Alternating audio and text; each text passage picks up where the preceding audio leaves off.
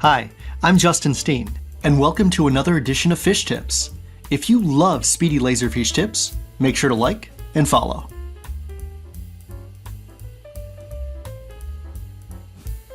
Today, we're going back to the basics. The Laserfiche client, the humble interface, serving up your files, folders, metadata, and more.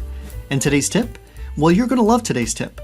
Today, I'll be showing you how you can restore the document viewer to its original glory.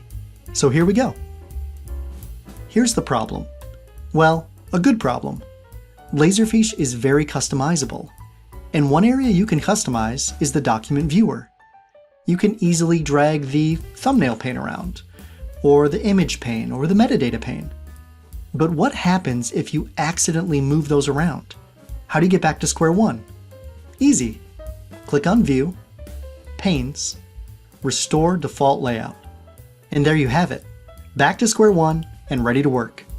All right, thanks for checking in, and we'll see you next time.